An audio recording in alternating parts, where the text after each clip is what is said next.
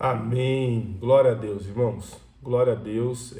Eu estava relendo aqui esse discipulado e aí, antes de reler, eu comecei a escrever algumas coisas que eu ia compartilhar. Depois que eu li, tudo encaixou. E assim, eu fui lendo os versículos, eu falei assim, ó, aqui o versículo que está falando que eu já ia ensinar. Então é importante vocês entenderem que à medida que vocês vão dedicando tempo para isso, as coisas vão confirmando e materializando. Por isso que eu falei que tem que praticar. Então, já vai colocando no seu coração quem são as pessoas que você vai passar para frente. Lembrando que quem está aqui, que entrou depois, volta lá, tá tudo gravado. Então, assim, não tem desculpa, né, para você não entender, não passar e não amadurecer. E lembra que não é você ser robótico, né? Pegar o que eu falei exatamente para repassar. A ideia não é essa, é o espírito, é o coração. O William começou um discipulado aí com o filho dele, com o pessoal, ele perguntou para mim, Thomas, o que eu passo? Eu falei, irmão, tem que ser algo que sai do seu coração. Não adianta você dar um bom estudo bíblico se não sai do coração. É algo que você está vivendo que conecta com o que eles estão vivendo. Né? O problema, às vezes, as pessoas estão muito preocupadas com conhecimento teórico e não com relacionamento. Então, por isso que às vezes a gente perde isso daí, né? E essa briga é recente, tá? Essa briga não é antiga, não. Briga por conhecimento teológico, doutrinas teológicas, isso aí é recente. A grande maioria das pessoas, elas não tinham acesso à Bíblia, à discussão, eram poucas pessoas que sabiam ler, até na época de Jesus. A Bíblia só foi compilada muitos anos depois, enfim. Então eu já falei isso algumas vezes para vocês. Então a ideia é que seja algo vivo, né? E não algo metódico. Né? A igreja metodista começou com John Wesley, que foi uma das maiores igrejas do mundo. Né? Ele é conhecida como metodista porque ele era o cara do método. Passo 1, passo 2, passo 3. Então era algo metódico, por isso que é metodista. E a ideia é que não seja metódico, ela tem que sim ter uma coerência, mas muito mais tem que ter o espírito, que às vezes não tem nada de método, nada ortodoxo, mas tem vida. Né? O Francis Chan vai falar que a ideia que a gente às vezes pensa do evangelho é todo mundo ir para um cinema, assistir alguém falar. E a ideia é que todo mundo vá para uma academia, que todo mundo exercite. Né? Então todo mundo faça parte disso. Quem tiver aí com a Bíblia, quiser anotar, nós vamos começar. Esqueci de anotar o versículo, vou ler para vocês. Ora, se invocais como Pai aquele que, sem acepção de pessoas, julga segundo as obras de cada um, aqui ele já começa falando que Deus julga a obra de cada um. Nós não somos salvos pela obra, mas Deus julga a obra de cada um. Nas 7 cartas de Apocalipse, ele fala assim: eu conheço as suas obras. Seis que não é quente, nem frio. Por serem mornos, eu estou a ponto de vomitar. Então, eu conheço a obra. Então, é importante entender isso. Nós não somos salvos por ela, mas nós vamos ser julgados por ela. A salvação é dom gratuito de Deus, mas a construção do reino é feita por obras. Que cada um, portai-vos com temor durante o tempo da vossa peregrinação. Então, todos nós estamos peregrinando aqui. Nós nascemos e estamos caminhando para a vida eterna. É uma peregrinação. Sabendo que não foi mediante coisas corruptíveis como prata e ouro que fostes resgatado do vosso fútil procedimento que os vossos pais vos legaram. Eu não sei vocês, mas eu não vim de um lar que me ensinou como que a vida funciona, a vida espiritual.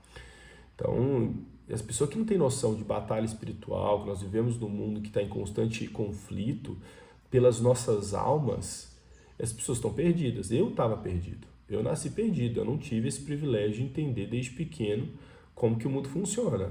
Então, eles nos colocam na escola, nos ensinam um monte de outra coisa, nos ensinam a ganhar dinheiro, a pensar em nós mesmos, a garantir o nosso futuro. A primeira coisa que nossos pais nos ensinam é garantir o nosso futuro. Isso aqui, é o fútil procedimento que os vossos pais vos ensinaram. Tá? Então, hoje, um dos meus principais objetivos é não ensinar isso para as minhas filhas. Tá? É justamente o oposto, ensinar o evangelho, ensinar que tem um pai, que elas são dependentes dele, que quem garante é ele, não é nós, não é o nosso esforço, e por aí vai. Mas pelo precioso sangue, como de cordeiro sem defeito e sem mácula, o sangue de Cristo, conhecido com efeito antes da fundação do mundo, porém manifesto no fim dos tempos, por amor de vós. que por meio dele tendes fé em Deus, o qual ressuscitou dentre os mortos e lhe deu glória, de sorte que a vossa fé e esperança estejam em Deus. Então aqui a primeira coisa é essa trajetória. A gente nasce no mundo sem noção nenhuma. E as pessoas que não têm noção disso, do evangelho, de como a vida funciona, elas são presas fáceis. A diferença é que a pessoa que não tem compreensão, ela erra e ela não tem percepção do erro. Ela vive no erro, no engano. Quem é cristão, ele erra, mas os filhos e a família entendem que é errado e que ele está tentando acertar. Isso faz toda a diferença. Não é que o cristão é perfeito e ele não erra. A questão é que como que a vida dele está construída. Isso aqui precisa ficar claro para as nossas famílias. Isso aqui é discipulado. Então a gente nasce numa família sem compreensão disso. Um dos motivos pelo qual eu saí de casa é porque eu vi desde cedo que na minha casa tinha muita qualidade de vida financeira, muita inteligência. Meu pai sempre estudou muito, então eu vi que essas duas coisas não iriam garantir uma satisfação plena. Falei, cara, tá faltando mais alguma coisa. Não é conhecimento humano e não é riqueza que vai garantir uma vida saudável. Então eu vi desde pequeno, e esse é o grande desafio de muitos cristãos, porque eles julgam que se eles alcançarem essas coisas, eles vão ter paz, alegria e um monte de outra coisa. E não é isso. É justamente entender que é o descanso em Deus que vai fazer você ter uma vida plena. Toda essa necessidade de Deus vir e entrar no nosso coração e dar paz e alegria, todos nós precisamos. Não importa quantos anos você esteja no Evangelho. Não importa. Às vezes a gente pensa que pessoas estão mais velhas, elas não precisam disso. Não, todo mundo precisa. O único que tem capacidade de entrar no nosso coração, nos dar paz, alegria, é o Espírito Santo. Então a ideia é essa, ensinar nossos filhos como em meio ao caos, a esse mundo perdido, porque a gente nunca vai chegar à plenitude perfeita nesse mundo, porque sempre vai ter gente perdida nesse mundo. Mas como que a gente vive tendo paz, tendo alegria, descanso? É isso que nós ensinamos. E esse para mim é um dos maiores desafios da vida. É você entender onde você está e para onde você está indo. Qual que é a nossa função aqui no discipulado? É pegar pessoas que estão perdidas, legaram um legado, receberam um legado disfuncional e estão por aí apanhando igual condenado. Aí você vai trazendo cada vez mais para o núcleo, que é se parecer com Cristo. Tem pessoas que nunca vão chegar, tá? Vocês vão discipular pessoas e muita gente talvez nunca vai chegar. Jesus não enganou ninguém. A porta é larga que dá a perdição e muitos os que passam por ela, estreita que dá a salvação e poucos os que passam por ela. Muitos são chamados, poucos escolhidos. Então eu não tenho essa ambição de números, nunca tive. Minha ideia é intensidade. Então as pessoas que Deus vai acrescentando a nós e a vocês, que isso seja bem embasado, bem entendido, bem compreendido. Vou dar uma explicação para vocês aqui, um pouco desse grupo aqui, tá? Como que ele chegou aqui. Para quem não sabe, eu tinha uma escola, muitos aqui talvez não sabem, eu tinha uma escola cristã e eu procurei um sócio cristão porque minha esposa engravidou e eu queria colocar minhas filhas numa escola cristã. Porque eu vi que uma das estratégias do diabo é o ensino. Então, desde pequeno você aprende na escola que você veio do macaco, que você tem que aprender aquele tanto de coisa lá para você poder se dar bem na vida. Então, tudo errado. Não tem oração, não tem princípios bíblicos, não tem referência de missionários, de literatura cristã, nada. Eles excluem toda e qualquer influência cristã da formação. Então, você ensina o certo em casa e a escola ensina o errado. E eu falei, meu Deus, está dando errado, está dando muito errado. Eu comecei a atender muita gente, filho de pais cristãos, que estavam perdendo os filhos. Eu falei, não, temos que fazer alguma coisa. E aí eu conheci a escola cristã e abri uma. Chamei um sócio cristão, mas ele também não conseguiu entender a plenitude da visão da escola, mas ele foi importante para iniciar ela. E aí veio a pandemia. Aí aqui o William vai conhecer uma parte da história, não sei se o Moacir chegou a te contar como que eu conheci o Moacir. Ele chegou a te contar ou não? Não, né? Então eu vou esclarecer aqui. E aí o que aconteceu? Eu abri a escola por causa dos meus filhos, nunca foi para ter retorno financeiro, sempre foi por causa de propósito. Eu já tinha uma escola de inglês e eu queria abrir uma escola que fosse bilíngue e cristã. E aí levei um sócio lá em São Paulo para conhecer algumas escolas cristãs e tudo mais. Ele ficou impactado também, mas ele não tinha estrutura para conseguir viver pelo propósito. Ele queria viver pelo propósito e pela questão financeira. E aí chegou a pandemia, fechou tudo, ele pediu para sair. Então pensa eu com uma escola, com um monte de 9 funcionários, um monte de criança lá, querendo dar continuidade ao propósito.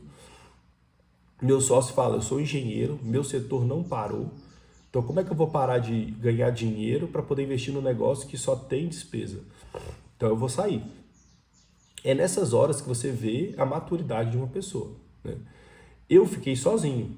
E aí eu falei para Deus, sozinho impossível. Falei, Deus, é impossível conseguir direcionar uma escola, coordenar uma escola com 9 funcionários na pandemia, sem recurso financeiro, sem suporte. Aí eu falei, Deus, vou orar, se em uma semana não aparecer ninguém, eu vou entender do Senhor que é para fechar. Estou em paz, em paz. Muita dedicação, muito esforço. Pra você ter ideia, esse meu antigo sócio, ele tinha um galpão que o pai dele era marceneiro. As portas e as janelas a gente fez à mão. A gente foi lá pro galpão e fez tudo à mão, tá? Tudo de madeira, muito tempo empenhado, energia, disposição, mais uma grana que eu coloquei dentro da escola, ele também colocou uma grana, negócio muito sério. Ele chamou os pais dele para orar para ele entrar, tudo. Só que veio a pandemia e aí ele falou assim, eu não dou conta. E aí eu orei a Deus, falei, Deus, se em uma semana não aparecer ninguém, eu vou entender do Senhor que é para fechar a escola. E aí em uma semana o Pablo me liga, que era um amigo do Moacir, um amigo em comum, que eu discipulava ele já há uns 2 anos, também foi arrebentado no casamento, a mulher pediu divórcio, assim, coitado, sofreu demais. E aí ele ligou para mim e falou assim, Thomas, estou indo para sua casa aí, posso levar um amigo? E a esposa, os filhos? Aí a gente ia fazer um churrasco, isso na pandemia, eu falei, pode? Aí ele levou, aí falei em casa, a gente comeu junto e levei ele para a escola. Falou, aqui é essa escola, o propósito é esse, é abençoar a próxima geração, é mudar a mentalidade das crianças. Existe uma pesquisa recente que adulto que muda a mentalidade é baixíssimo. É muito mais fácil você pegar crianças e moldar no caminho certo do que pegar adulto e tentar mudar a mentalidade. E aí o nosso foco, empenho e energia deveria ser nas próximas gerações. Por isso que hoje eu tento me limitar a não fazer tanto quanto eu gostaria, porque minha responsabilidade número 1 é minha família, minhas filhas, meus filhos. Então, para que amanhã eu não precise ter que recorrer para resgatar eles da minha ausência hoje. Então, hoje, ó, eu vou gravar para vocês. Eu contei pro William ontem. Eu estava deitado assistindo TV e minhas filhas falaram, não, pai, você não vai assistir TV não, agora você vai assistir um teatro. Falei, filha, pode fazer o teatro. Aí juntou as duas, fazer um teatrinho lá. Rapaz, teatro só sobre Jesus, ressuscitou e tudo mais que vocês imaginar, só sobre Deus, coisa mais espontânea. Então, nada forçado, nada, tudo espontâneo, o que sai de dentro delas. Rios de águas vivas. Então, assim, eu não vejo isso tão naturalmente. Às vezes tem que forçar a criança a querer alguma coisa de Deus. Não, minhas filhas, assim. Então, eu me sinto extremamente privilegiado por conseguir dar isso que eu não recebi. Então, eu não vim de um lar que eu recebi isso desde pequeno. Minhas filhas, não. Elas já recebem desde pequeno. Então, minha preocupação era com a próxima geração. Até o Arthur, que está aí, ajudou a ir lá de vez em quando, capinar os lotes lá e cortar a grama e por aí vai. Então, eu comecei a ir com a escola. O que aconteceu na pandemia? Esse sócio saiu, o Pablo levou o Moacir lá para casa, eu levei o Moacir para a escola. Falei, Moacir, a escola está aqui, meio quarteirão, um terreno gigante. E aí eu falei, só que vou fechar porque eu orei a Deus assim, se não aparecer ninguém, eu vou entender de Deus que é para fechar e tal. Ele falou assim, olha, eu vim aqui para um churrasco, não vim para ver negócio, mas deixa eu orar. Eu vou me dar uma semana aí, deixa eu pensar o que Deus quer fazer. E aí ele foi despedir, primeira vez que ele foi na minha casa, ele foi despedir, ele falou assim para mim, depois quando ele estiver presente, ele confirma isso com vocês, depois o William vai perguntar. Ele falou assim, olha, Thomas, eu tenho muitos amigos que me chamam para negócios, mas nenhum amigo que me chama para orar. Foi assim que ele despediu de mim a primeira vez que ele foi na minha casa. Porque lá ele viu a gente orando na hora do almoço, as coisas assim, né? Natural. E ele estava sentindo falta disso. E aí, depois de uma semana, aí ele me liga assim e fala assim, nossa, Thomas, eu oro tanto para Deus me usar, quando surge a oportunidade, como é que eu vou dizer não? Sem nem me conhecer, me viu uma vez, ele já entrou, já investiu uma grana pesada e falou assim, eu não estou esperando retorno. Então eu estou falando isso, William, para você ser testemunha, tá? Não é o William que está falando, sou eu que estou falando que ele fez. Então, a gente dá testemunha dos outros, né? Então, ele fez isso. Deus usou a vida dele para manter a escola. E ele falou assim, ó, não estou esperando retorno financeiro. Gente, é raro, viu? Raro. Conheci pouquíssimas pessoas com coragem e disposição para fazer um negócio desse. Então, o William tem um sócio aí com coração que eu vou falar para vocês. O cara é fora da curva. E aí ele falou assim, ó, tô entrando, não tô esperando um retorno financeiro. Isso aqui é pro reino. E aí ele entrou mesmo, e nós entramos e pegamos lá. Mas ainda continuamos tendo muita luta, muitos desafios ali com a escola e a cidade não comportando, as pessoas não comportando, muito discipulado. Comecei discipulado com os pais. E através dessa escola, o Vitor que está aqui, ele tinha saído de uma igreja e ele estava procurando uma escola para a filha dele. E aí ele foi para a escola, e aí a gente começou a voltar a ter contato, ele começou a descobrir sobre o discipulado. No começo ele e a Júlia estavam meio assim, até que ele estava meio gripado, a Júlia insistiu, não, vai lá, vamos lá. Aí ele foi na primeira reunião, foi no apartamento na casa do Eliel, no apartamento do Eliel. Aí ele chegou lá, tava a turma toda lá, uns deitados no chão, outros em pé, criança rodando lá. Aí um deles lá, o Bruno, virou e falou assim, não, Vitor, aqui é assim, ó, aqui a gente se sente em casa, a gente deita no chão, a gente não sei o quê. Só que ele era um cara que não estava alinhado, ele queria mostrar que estava. Mas acabou que serviu para eles começarem a ver. Tudo isso, gente, é a estruturação para a construção de algo, tá? Então, tudo foi importante. O tempo da escola, o tempo do discipulado, o Vitor ter vindo. Então, o Vitor acompanhou esse processo aí da escola.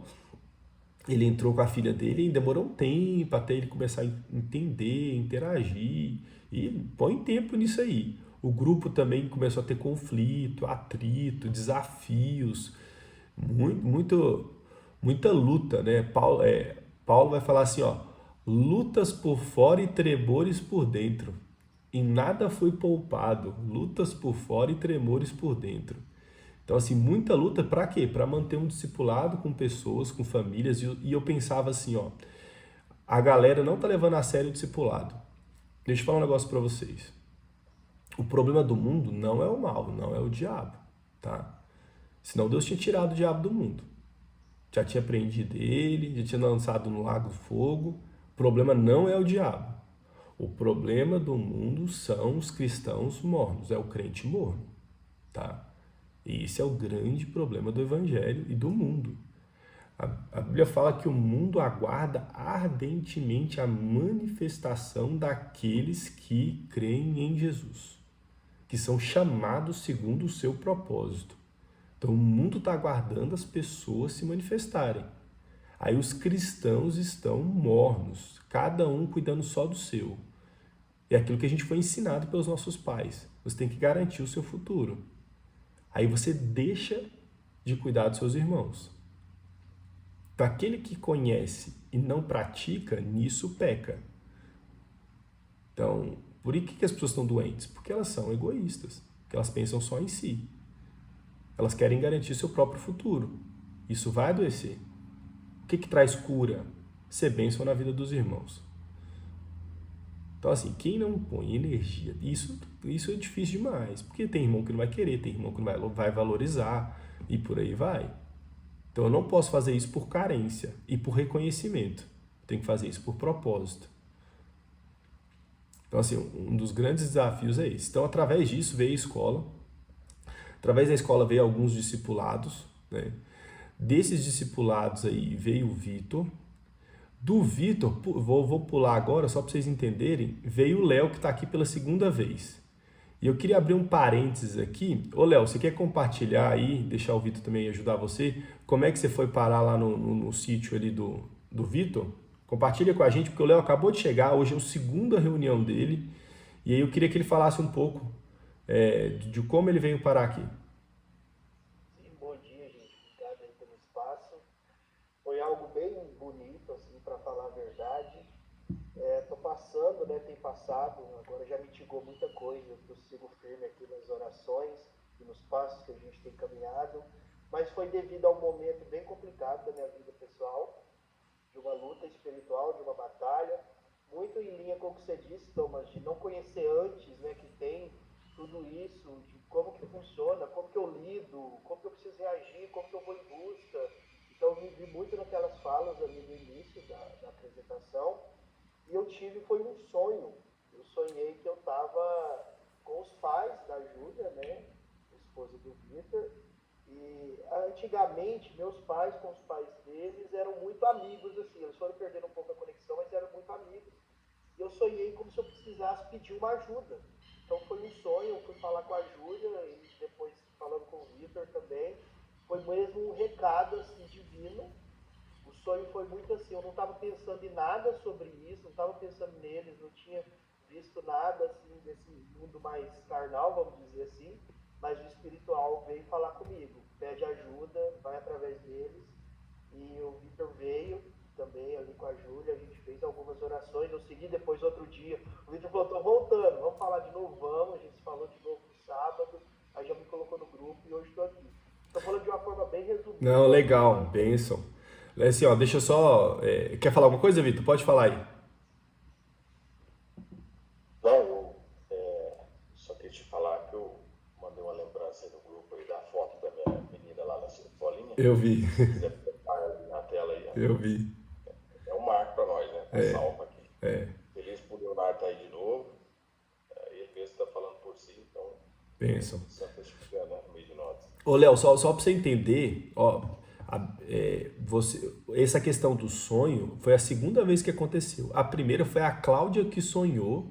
Não sei se o Vitor te contou, mas a Cláudia sonhou primeiro que precisava buscar o Vitor. E aí ela buscou, aí o Vitor levou ela no carro junto com a outra tia dele lá para Divinópolis. Nós tivemos uma noite lá de discipulado. E aí depois ela começou aos pouquinhos ficar firme. Mas é algo que nem o Vitor imaginava. Falei assim, meu Deus, nem eu imaginava uns negócios desses, né? Olha Deus manifestando com pessoas que não estavam em contato com nenhum de nós. A Bíblia vai falar que Deus ia acrescentando aqueles que iam sendo salvos. Então, essas manifestações, meu Deus do céu, isso é a comprovação e a testificação de Deus. São pessoas que Deus pega lá de fora, nem conhecia o Léo, nem sabia onde ele morava, né? Então, assim, Deus dá um sonho para ele, conectar com o Vitor, conectar com a gente. E isso eu tenho certeza que fideliza no coração essa questão de propósito. Fala assim, meu Deus, eu tenho uma experiência com Deus, né? Do que Deus está fazendo, do que Deus fez. E não tem como a gente não enxergar Deus nisso, né? Pera aí, gente, só ouvi um barulho. Vocês estão ouvindo barulho? Deixa eu só ver o que aconteceu aqui. Um minutinho, acho que tem um barulho aqui na televisão.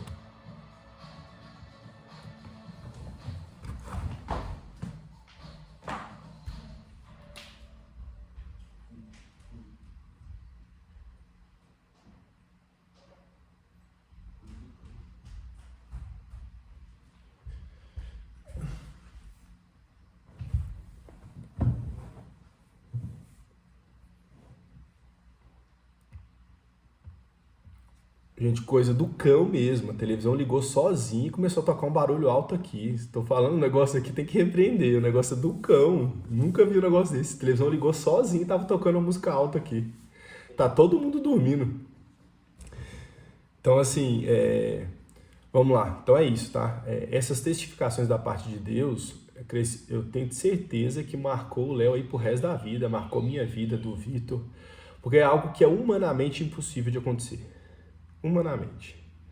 Então, a ideia é que vocês cada vez mais experimentem desse mover de Deus.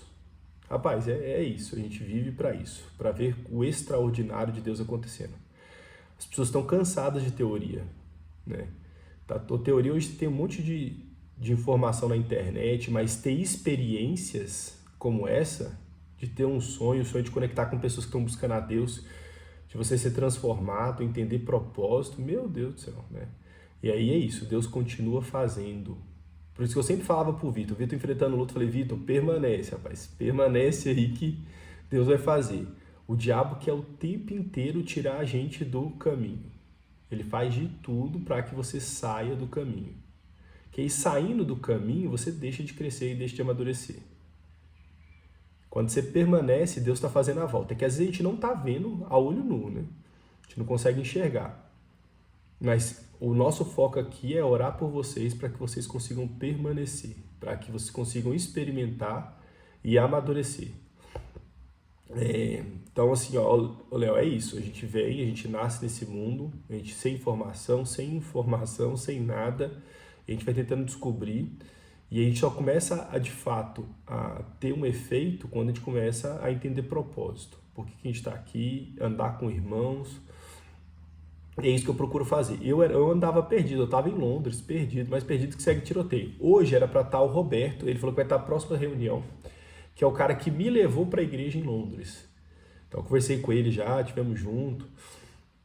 Ele está morando hoje em Curitiba, ele voltou de Londres esse ano e está em Curitiba. Eu tenho a idade de convertido que o filho dele tem, 17 anos. Então eu pergunto, quantos anos você tem? Ah, então eu tenho 6 de convertido, que eu parei de contar, então eu pergunto a idade do filho dele para saber quantos anos eu tenho de igreja. E aí um cara no coração muito bom, ele vai estar aí. Hoje ele não pôde porque ele está na praia, mas ele vai poder estar aí. Mas eu estava perdidinho, igual segue tiroteio. Ele foi o irmão que me levou para a igreja, com muita luta, muito desafio. Mas graças a Deus estamos aqui. Então o que nós recebemos, nós passamos. É isso, o evangelho é isso. Você recebe, cresce, amadurece e passa. Se você retiver, se você não passar, não transmitir, significa que você não está sendo leal ao que você recebeu. Você não está valorizando. Você não está sendo responsável com o que Deus está entregando para você. Você pode escolher. Falar, não, eu recebi aqui, tá ótimo, obrigado. Tchau, obrigado. Tá tudo certo. Minha expectativa não está em ninguém aqui no grupo, está em Deus. Eu oro o máximo que eu posso para que vocês possam praticar, experimentar e gerar mais fruto. Porque assim como vocês, eu também andava em trevas. Então, a pior coisa do mundo é você ver um irmão andando em trevas, sendo sambado pelo diabo. Você tá louco. Então, assim, e se isso não comove você a levar o evangelho a sério, para levar a liberdade aos outros, o que vai comover? Então, assim, ó, Jesus não chamava para estudo bíblico, ele chamava para andar com ele. Nós não chamamos pessoas para estudo bíblico, tá? Nós chamamos pessoas para andar com a gente, fazer parte da nossa vida. Ver como é que eu lido no casamento, crio meus filhos. E o mais importante é que nesse processo eu não aparento perfeição, tá? A ideia é que os líderes, quem discipula, ele não é perfeito. Paulo não era perfeito.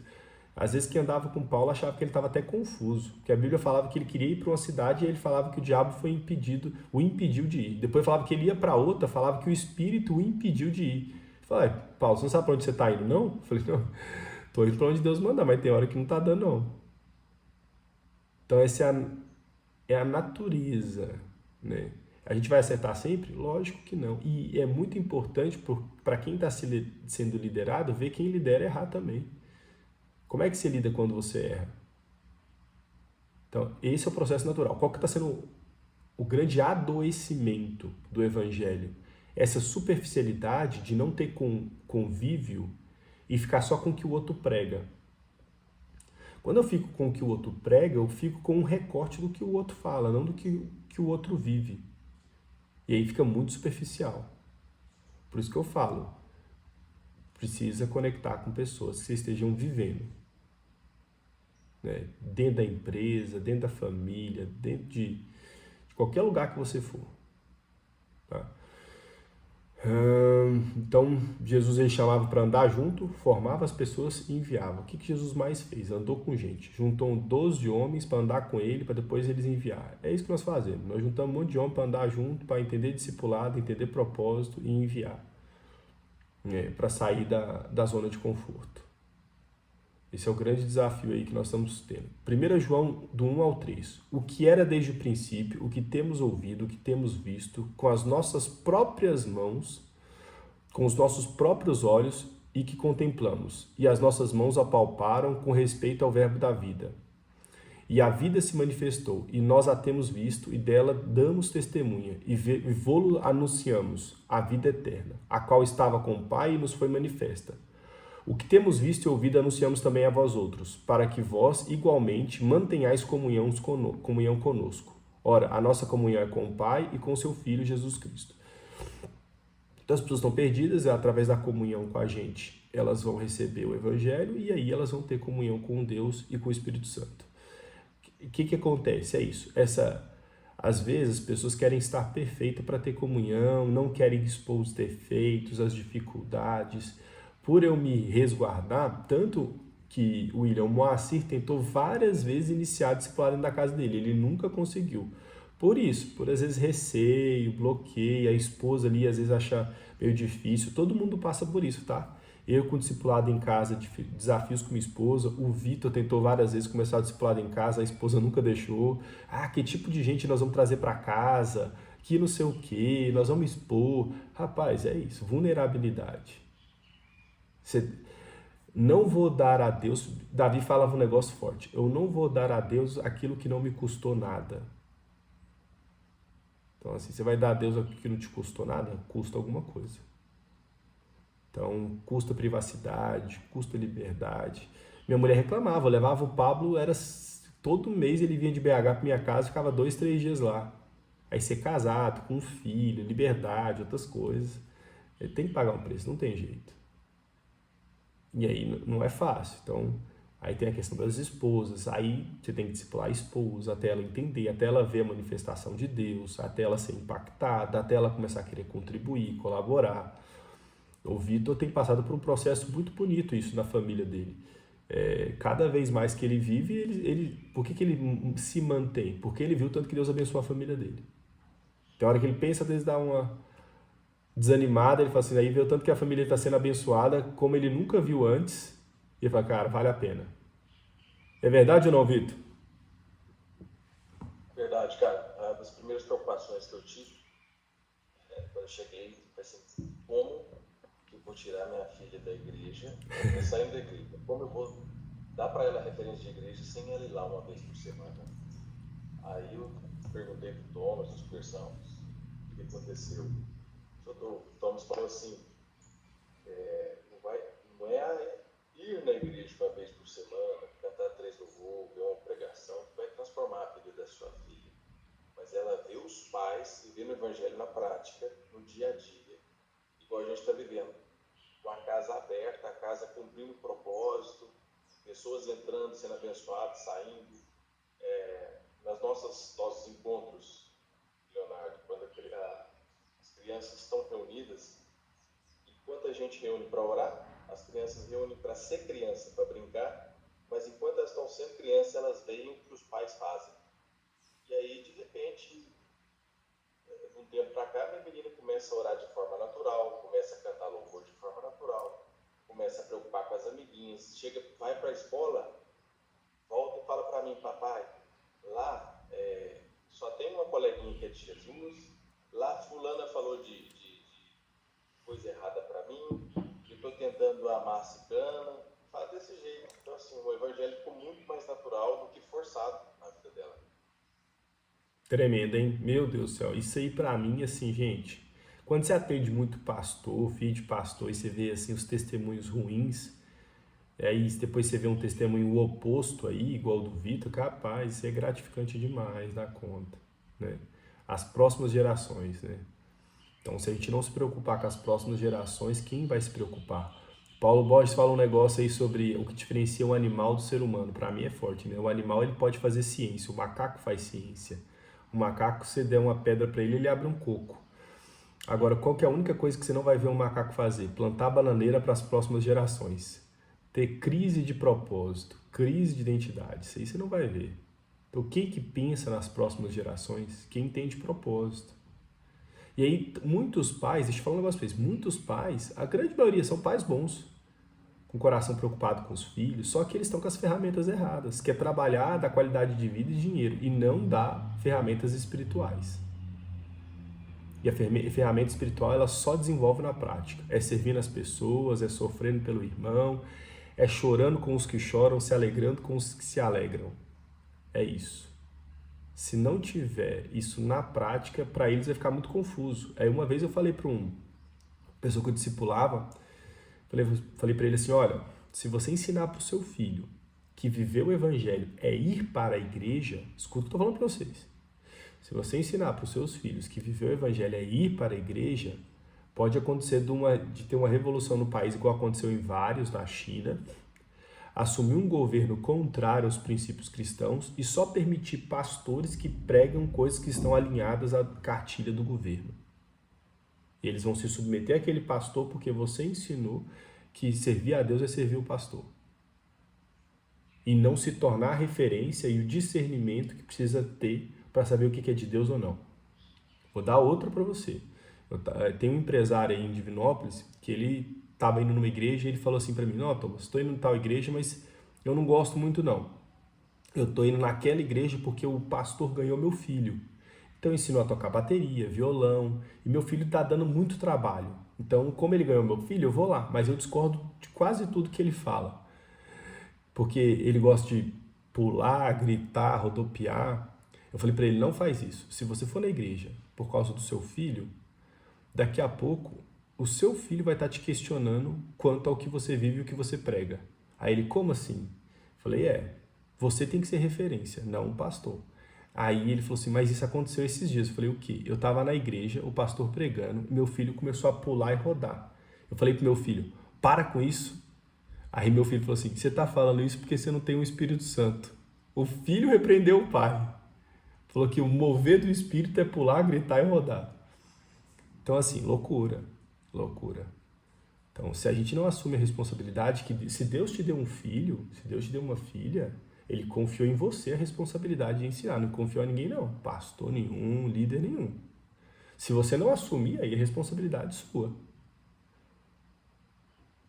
Então, a gente está transferindo a responsabilidade. E aí, por isso que não está dando certo. Então, é fácil? Não, é muito difícil. Você conseguir construir um grupo de pessoas que criam filhos para serem referências para o seu, meu Deus do céu. Eu apelava para isso. O povo, quando não levava o evangelho a sério, falava: mas pelo amor de Deus, vocês têm filhos. Vocês não vão levar o evangelho a sério nem pelos seus filhos? E pasmem, muita gente não levou.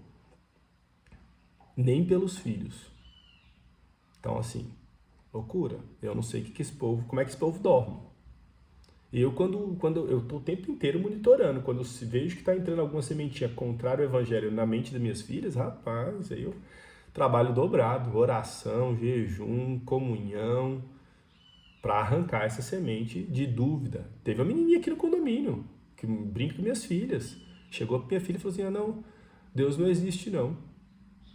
Da idade da minha filha. Aí minha filha começou a criar um pouquinho de dúvida.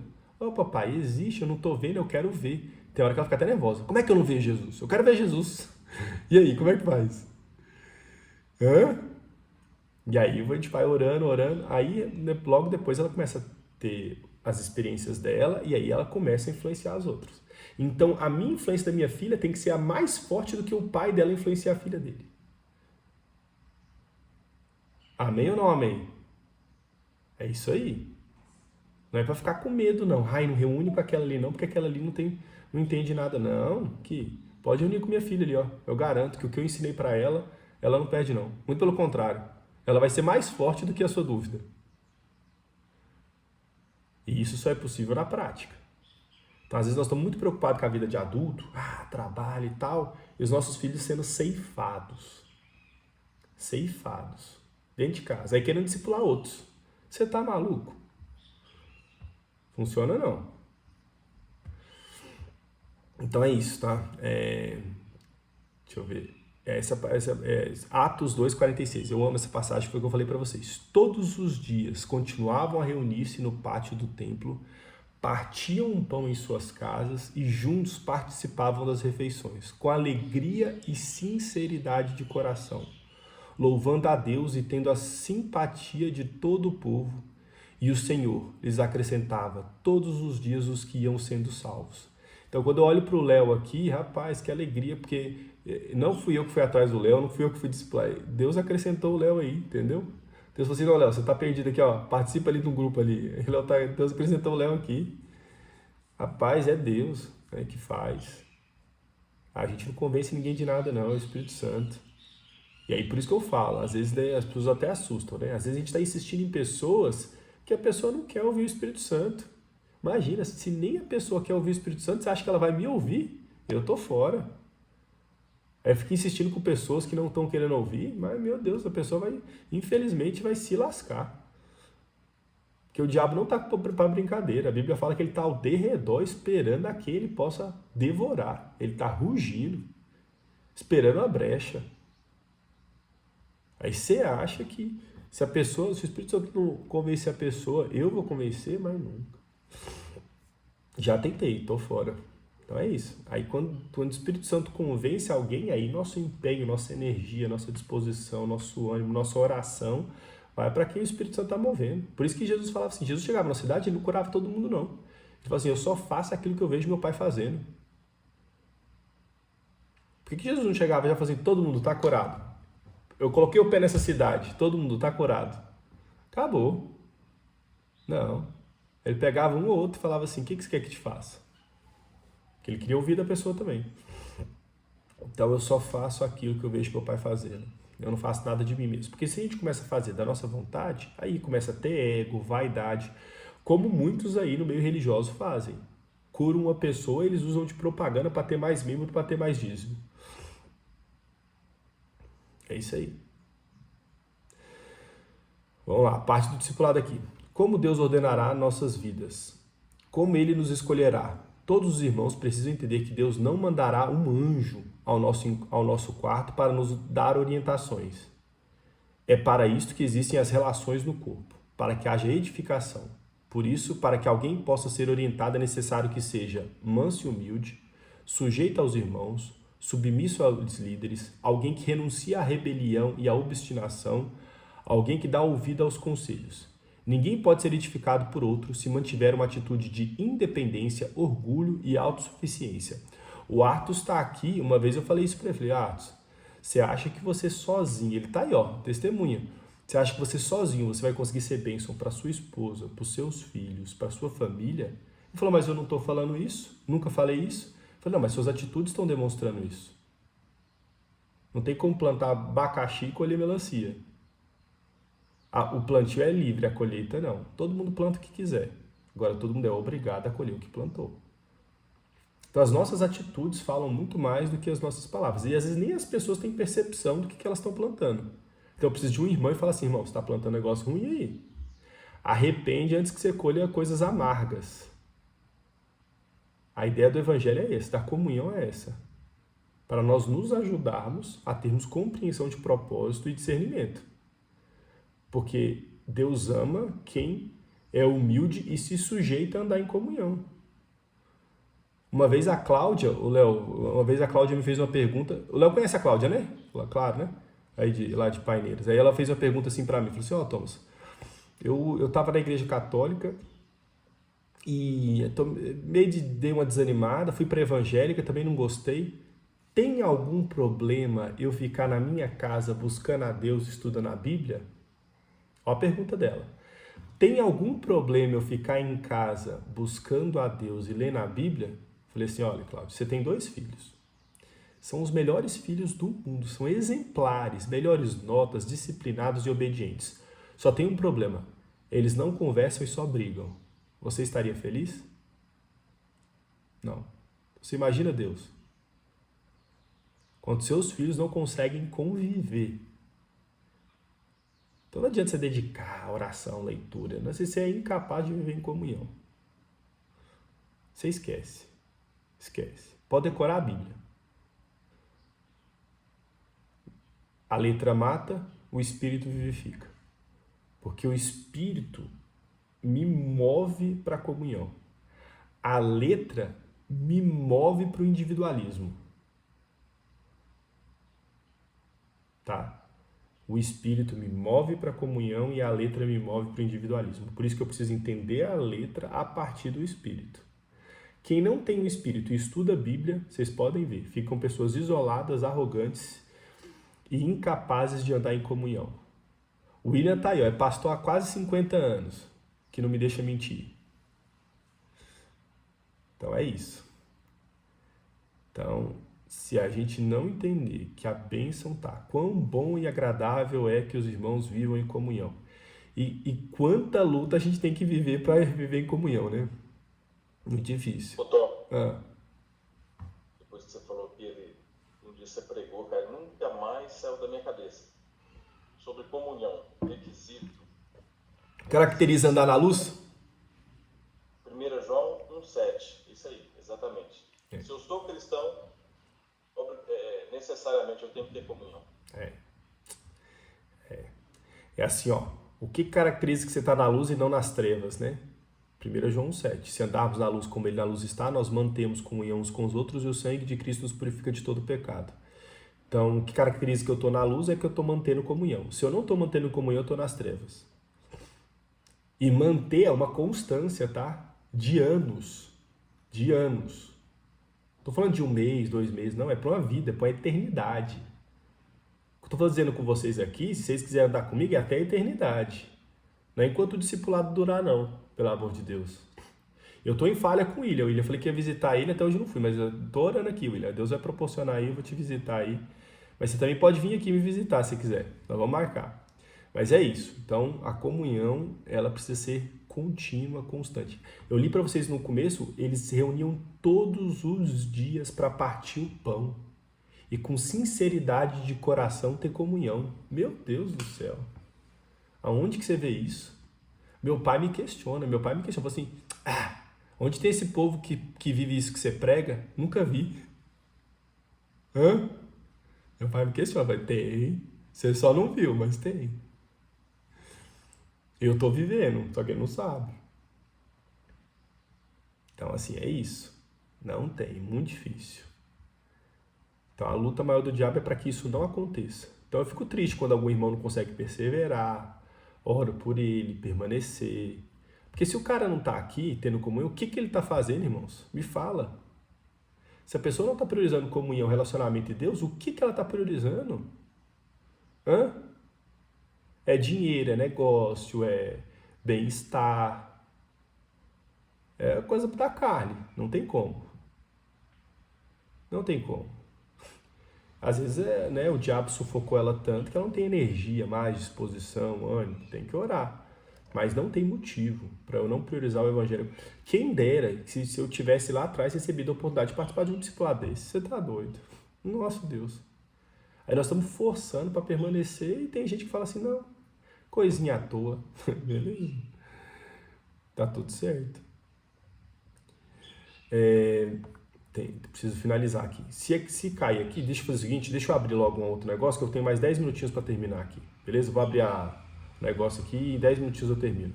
Vou mandar para vocês o link de novo.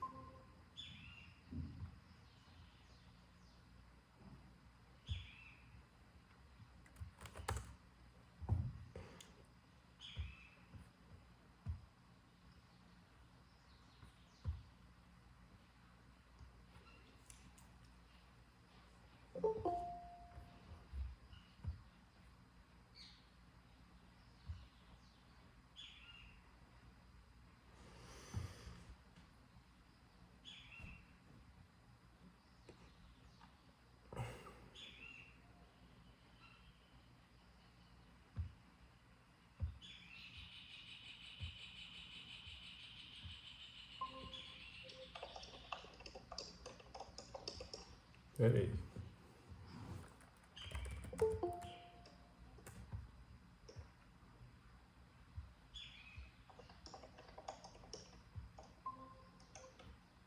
Falta, acho que só o Tadashi aqui.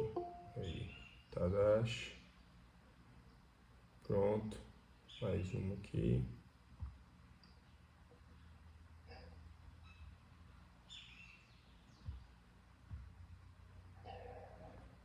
Vamos lá, vamos finalizar aqui. Então, vamos lá. Ninguém pode ser edificado por outro se mantiver uma atitude de independência, orgulho e autossuficiência. Essas são características de quem está nas trevas. A obstinação, teimosia é o pior dos pecados. Alguém que se vê correto aos seus próprios olhos não pode ser ensinado e nem corrigido. Gente, quando eu entendi isso aqui é muito sério. Uma das maiores tristezas de Deus é querer dar para o seu povo e o seu povo não querer por achar que já tem. Essa é a igreja de Laodiceia. Deus quer dar algo para eles e fala assim, não, mas nós já temos, são rico, próspero e abastado.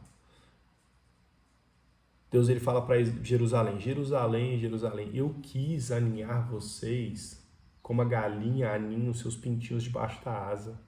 Olha que figura linda, a galinha protegendo os pintinhos. Deus falou assim, eu quis fazer isso igual a vocês não quiseram.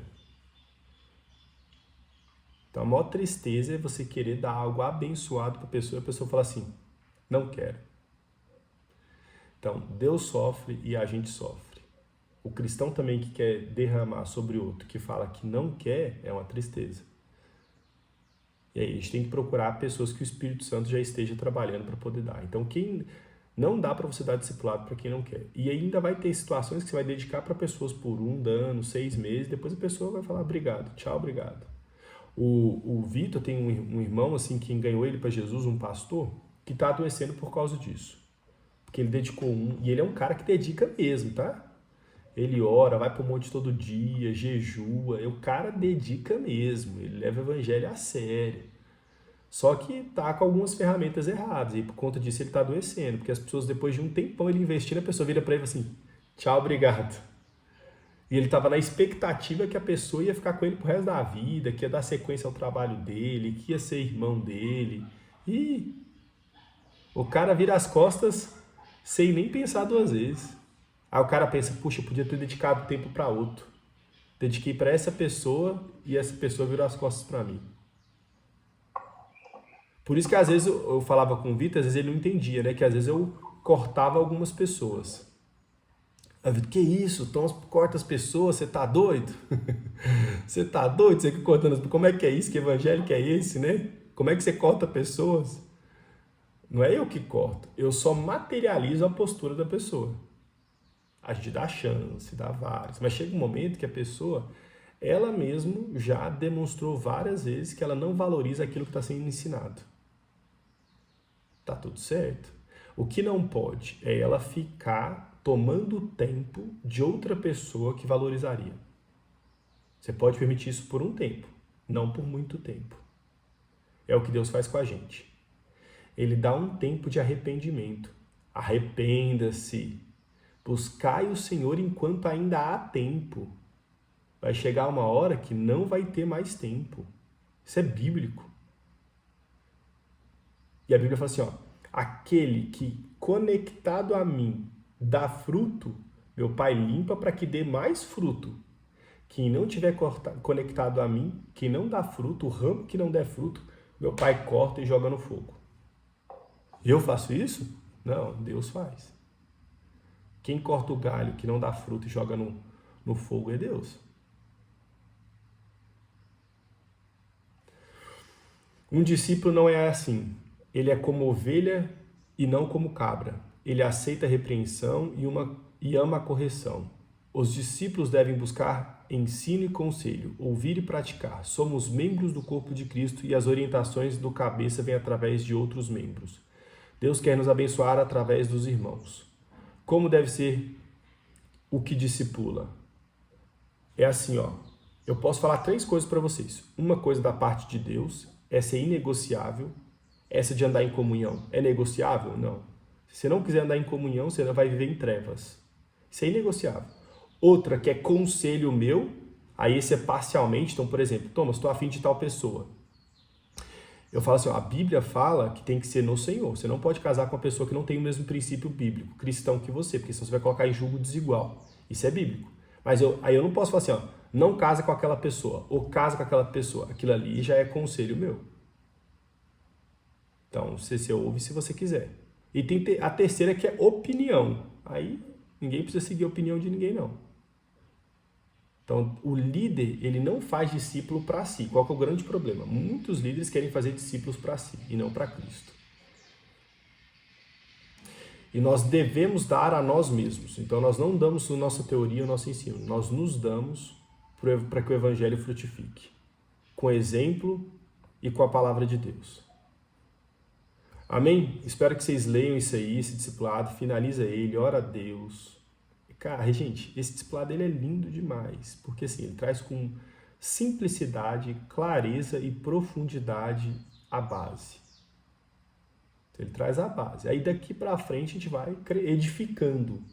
Eu só consigo edificar algo se a base estiver bem consolidada. Por isso que meu foco todos esses dias foi para consolidar a base. Então, todos vocês que participaram de tudo ou que foram ver as aulas, vocês têm a base.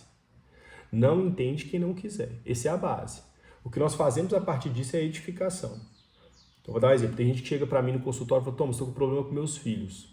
Meus filhos estão rebeldes e tal. E eu falo para eles, não, você não está com problema com seus filhos. Está com problema lá atrás, com o casamento. Como é que eu vou falar sobre educação de filhos, sendo que você ainda nem formou casamento? Então, uma coisa é a base, as paredes e o teto, e o telhado. Tem pessoas querendo tocar o telhado com a parede ruim, né? Então, a base é isso aqui, ó, os fundamentos são os que você recebeu. A partir disso, você começa a praticar, gerar discípulo e abençoar as pessoas. Amém? Tá com vocês, né? Agora, a partir de hoje, a gente vai começar a trazer outras coisas para vocês. Uma caminhada aí de discipulado, mas a base é essa. Então, Léo, você não viu não? Você tem os vídeos das outras aulas? Não, ainda não. Tá, vou te mandar aí. Então eu tô gravando tudo e tô colocando lá. Então quem não viu, assiste. Gente, estabelecer o reino de Deus até que Cristo volte. Amém? Deixa eu fazer uma oração aqui por vocês. Senhor e Deus Pai, nós queremos te agradecer por esse dia. Obrigado pelo privilégio, Senhor, de podermos termos irmãos. A Bíblia fala amigos mais chegados que irmãos. Senhor, só o Evangelho pode proporcionar. Isso não pode ser feito por obra do homem. Mas é o Senhor que nos conecta no mesmo propósito, no mesmo coração, no mesmo entendimento. E que todos os meus irmãos que estão aqui presentes, que eles possam amadurecer, entender e praticar. Em nome de Jesus. Que eles sejam terra fértil. Oro por cada um específico, na família que o Senhor colocou, como pai, como sacerdote do lar. Que eles não transfiram a responsabilidade, mas que ele assuma a autoridade que o Senhor já delegou. Que eles recebam a autoridade do Senhor mediante a comunhão aqui dos irmãos. Que a nossa comunhão possa produzir autoridade em cada um de vocês, para que vocês discipulem. Ide, portanto, e façais discípulos, batizando em nome do Pai, do Filho e do Espírito Santo. Obrigado por esse momento, por cada irmão. Solidifica-os na fé, para que qualquer tempestade que vier na vida deles, eles consigam passar e vencer. Em nome de Jesus, nós oramos. Amém, meus irmãos? Domingo abençoado para vocês. Obrigado. Depois eu vou estar em contato com cada um. Se vocês precisarem de mim, tem pessoas no grupo aqui que já me procuraram, às vezes para aconselhamento cristão, alguma coisa. Eu não misturo as coisas, tá? Tem pessoas que às vezes me procuram aqui como psicólogo. Deixa eu até fechar essa parte aqui.